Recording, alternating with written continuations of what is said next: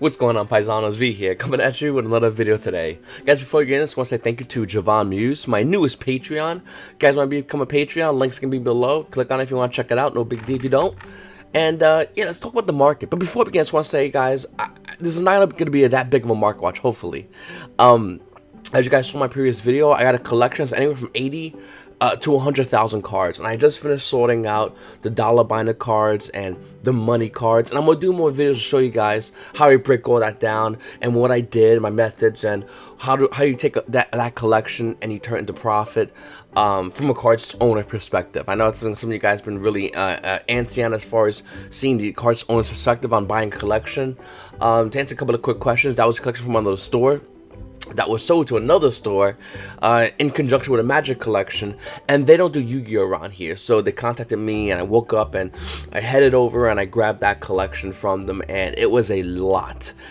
It was a crazy amount of cards, and yesterday, it took me about 2 days. I had my buddy Joe help me break it down, about 2 days to take that entire collection and break it down. And once again, I'll have an updated video probably coming out tomorrow or the day after tomorrow, and I'll give you updates and show you what's happening with the cards and where they're going and can we make our profit back, because this isn't easy. This isn't like investing $15,000 in dual power and making your money back in a day, right? That's how it works. This is actual work for a card store owner. So, and this is what a lot of card store owners do, was buying a collection from another store and just cleaning them out of their Yu-Gi-Oh, so you're the only guy that runs Yu-Gi-Oh in your area. Next level, or it's just buying collection from a player, and this is what most owners do in order to break that collection down, gain that profit, and have extra cards available for players who are looking to obviously go in and grab those cards and buy for their deck course, and they can invest as well. So it's kind of like multi-layered thinking. And it's fun. I enjoy doing it. It's tiring. It's like mentally tiring, physically tiring, and boring. But it is fun to do. I do enjoy looking at Yu-Gi-Oh cards, obviously. And this collection is pretty insane. The amount of cards I already pulled through. I had a stack about that big of cards, and it was like 250 bucks already, which is pretty crazy. So once again, guys, I'll get to that video. Please make sure to stay subscribed to the channel. Hit the like button and notification bell to be notified when I do more videos. And you'll be able to see those videos when they come out, hopefully in the next couple of days. But let's talk about the market. Let's talk about what's happening. Once again, it's not going to be a big market watch. Let's talk about Bowser Legends, Hero Revenge, and some other cards as well. But looking at Boros Dragon, it's slowly declining in the market. It's about 27. By the way, this set comes out next week. Somehow thought it came out this week. But anyway, it comes out next week, I think on Thursday, so a lot of Yu-Gi-Oh players are already getting excited and looking to see what they want to get and just waiting patiently. The thing about Bowser Legends, Heroes Revenge, though, I feel like it reminds you almost like dual power, in which those who want to make money are going to buy the set early, going to crack the set early, going to sort the set early, and going to sell the set early. Because the earlier you sell, the higher in value you get. It's really rare. A reprint set comes out in which you go in and you grab all that value. It's like very, very rare for that to happen. So I don't think it's going to happen with Bowser Legends. In fact, I'm pretty certain it's not going to happen, in which there'll be initial like spikes in the card valuations the minute, opening weekend or opening week, or, for that matter. A lot of these cards are going to fluctuate a little bit, but nothing too crazy high in spikes. The most expensive card as Bowser Legends Heroes Revenge is Boros Dragon, which is $27. Another question I got asked, let me just answer this question real quickly, is, hey V, should I buy boxes? Should I buy a box? Or should I just crack packs? Or just buy singles of Bowser Legends Heroes Revenge? Well, that's a question I think a lot of Yu-Gi-Oh players already know the answer to, but I've gotten this question asked me so many times, I just want to answer it. The answer is, you know the answer. That's it. It's that simple. Let me explain. If you only want Boros Dragon, just buy the card. Why buy a box and not pull Boros Dragon, and then you're screwed? Or why crack packs for Boros Dragon, in which you can just directly buy the card? $27 is nothing in pack-wise. And the odds of pulling a Boros Dragon pack of $27 isn't really that high, whereas you can just buy the card. Now, if you're looking for multiple cards, obviously you're going to probably want to buy a box. If you're looking to make money in set, obviously you want to buy a couple of boxes to a couple of cases. That's what I really think about here with Bowser Legends Hero Revenge. The value is very low, so it's easy to see that as the price points for these cards and what I think players should do. Magical Musketeer Max is holding a $12 price point, even though it's roughly around $14 in the market. It's just going down in value. I think Yu-Gi-Oh players are playtesting with Musketeers and realizing this is a great card, but Musketeer is definitely more than just what we have right now, as well as a ban list. You got Sky Strikers Mobilizing Gauge holding a $13 price point, which is great. We can play the cards until Konami hits Strikers, which is definitely gonna happen, by the way. You got Striker Mecha and Sky Striker Mecha Widow Anchor holding $11 price point. Cool. Hopefully the deck doesn't get hit. Cyberstein, which is kind of cool to be a $7 card. I think it was only the rare version of Cyberstein was like the other version besides the SJC ones. The rare at one point was like $10. You can see over here actually it's roughly around $9 right now in the market as well. So this is gonna mediate the price point of Cyberstein. Salamangreat Almiraj, which actually got bought out pre-order wise, which is currently $25. I'm really skeptical on cards that are getting bought out, by the way, for pre-orders. And the reason why is because if we're looking at Bowser Legends, let's look at like Dual Power, in which a lot of people are gonna crack this stuff up and store it and sell it. So the market is gonna get flooded with these cards, and the price obviously will initially decline in value before they move up in value. Now looking at Salamangreat Almiraj, I think it's gonna go back down in value. Market price has that at 8, but we're seeing it at 25. So I really do think it's going to go back down in value. Harpy can look to 7, 7, 6s. There's nothing I don't think really that crazy as far as that Bowser Legends Heroes Revenge in the price points. Donna Press of Prankatops did the same. Cyframe Lord Lambo. Oh, okay, never mind. This card went to 25. Once again, I really do feel like the prices are really going to be changed and modified. I don't think these prices are going to maintain a high price point at 25. They will go down in value. Black is a Soldier, Soldier of Chaos was $4 market price, but we're seeing it here at $18. Okay. Let's look at Dark Nearstone for a minute. So looking at Dingyusu, it's about 27 as opposed to $28 market price. Let me just talk about how this card was once at one point around $40, and it's just going down in value because the meta is kind of slowing down. But even though it's going to speed up quickly, we're going to have Yu-Gi-Oh! In about next month actually. Okay, so this month we got the pre-release of the new set. Next month we're gonna have Yu-Gi-Oh! World Celebration, and then the end of next month and the end of August we're gonna start entering into regional seasons. So the break between Yu-Gi-Oh! And not so Yu-Gi-Oh! Is very short, guys, so keep that in mind if you're looking. And we also have all these events in between. If you look, there's an ARG in Columbus this weekend. Konami has a bunch of their events happening throughout the month, so there's always something to do, even though the season for regionals is over until the end of until it starts up at the end of August. No material is roughly around $28, and it's just not worth it. Sign Up Mining actually was around 22s, and we're seeing it hit right now about 26 to almost near $27 for Sign Up Mining. And I think it's kind of obvious that this card might go up in price point a little bit more as we move forward into Rising Rampage. Ghost System Spooky Dog, which is holding roughly around $15 price point. I don't think there's any shocker for the rest of these prices besides that as well.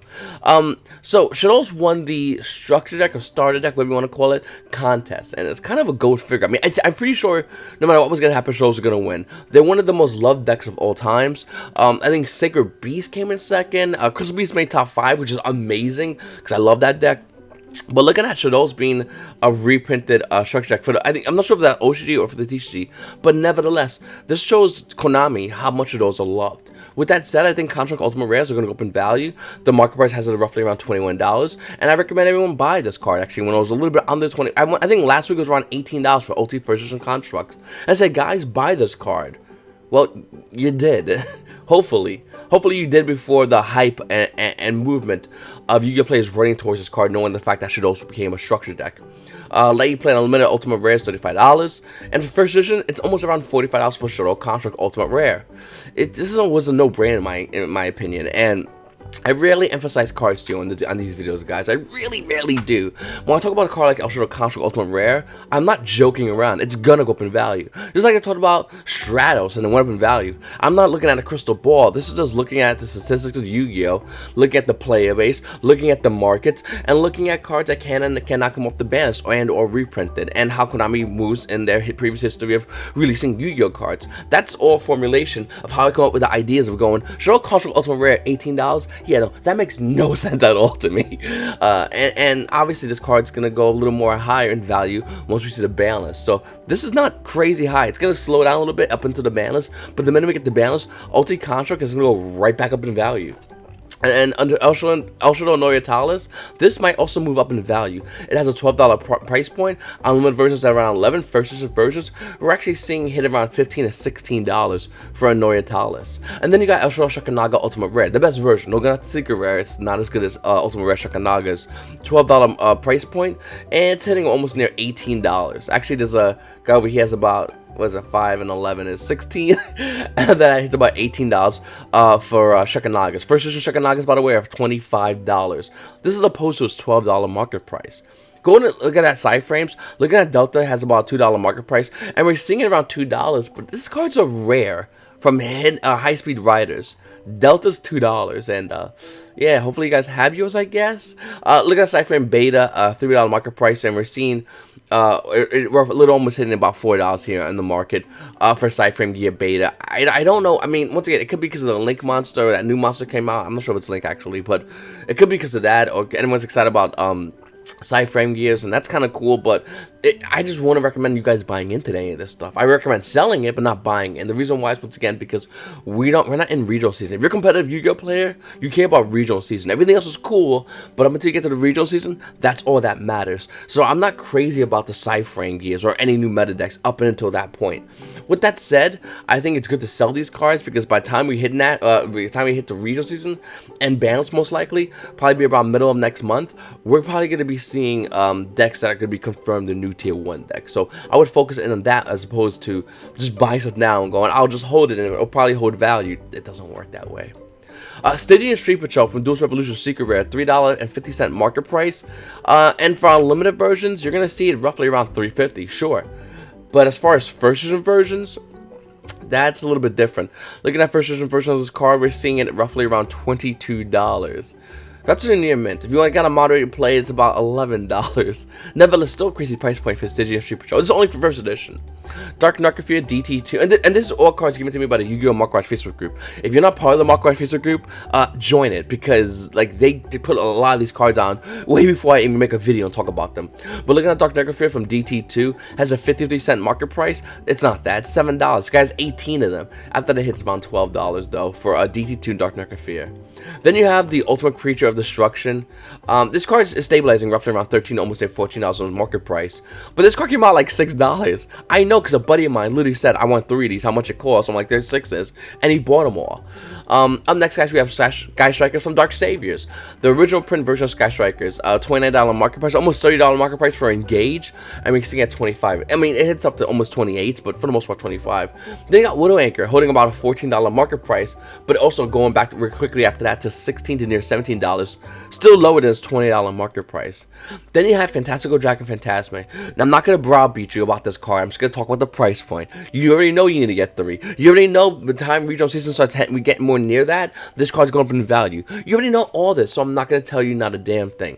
What I will tell you is this card has an $86 market price, and it's actually $76 on the market. Whew. I just, you guys do what you want to do, but it's ooh. Let me tell you, this card is going to be hitting some really stupid numbers as we move towards more of the regional season. Now, I have 2 of these. I'm debating on picking up my 3rd one. I'm probably going to pick it up really soon. And I recommend if you guys don't have your playset of this card, get it. I mean, yeah, you're right. It can get hit in the ban list, sure. A card that recently came out on Sapphire getting hit in the ban list, okay, I even agree with you on that up to a degree. But what I do think is, I don't think Konami's going to ban Phantasme. And if it doesn't, and we enter in the regional season, and you don't have your Phantasmes, good luck. Then we have Traptrek. Card came out in Soul Fusion, has a $29 market price. Unlimited are holding it almost near 30, and first edition it's also hitting near $30 as well. This card just tricks you all the time, doesn't it? It goes to a low as like 21, high of 45. Traptrek just doesn't know where the hell it's going. And to be honest with you, I'm just waiting for the reprint version of this card. Once the reprint comes out, then this card prices loses all value. And then I'll probably go in and buy my original print first edition Secret Rare Traptrek from Soul Fusion. But until then, I'm not touching this card. Every time I get it, I do hot potato. I'll go, here, you hold a grenade of value that can blow up in your face, because not me. And Enterprise Arms, I really appreciate you guys watching my videos. Please make sure to subscribe if you haven't subscribed already. Hit the like button and comment down below. Like I said, guys, I'll probably try to do more videos. I have as you can see in my video, I have an extra 100,000 Yu-Gi-Oh cards I gotta still sort through and take care of that. I have a Magic Gallery pre-release I have to do today and tomorrow. I have family coming down from New York. And I have to get ready for the Bowser Legends set coming out soon. And I have other work as well that's not Yu-Gi-Oh related that I got to take care of. And I got to pay taxes. Town taxes and state taxes, quarterly state taxes, and that's fun to do. I just have a lot of BS errands I gotta take care of, and once all that's taken care of, I could go back to doing daily market watches, which I love doing. I love doing these videos. I love talking to you about cards. I just, like I said, I've been so busy, I just haven't had the time, unfortunately, and I'm gonna try to make the time, guys, because I do love this channel. I do love you guys watching. I do love the communication. I love the Discord. I love talking to you guys on Twitter. I love going. When I get a chance to go on Twitch and Twitch live stream, check down links down below. I love going on and hanging out with with you guys as much as possible. Just, like I said, I get really busy and I get really all over the place. And once everything's situated and calmer, we go back to regular schedule market watches on the daily. Hopefully, once everything's situated, I could do 2-3 videos a day because I really do love doing videos on YouTube. And hopefully, you guys like watching them. Anyway, paisanos, I really appreciate you guys watching my videos. Please make sure to subscribe if you're not subscribed already. And you paisanos, well, you paisanos have a great day.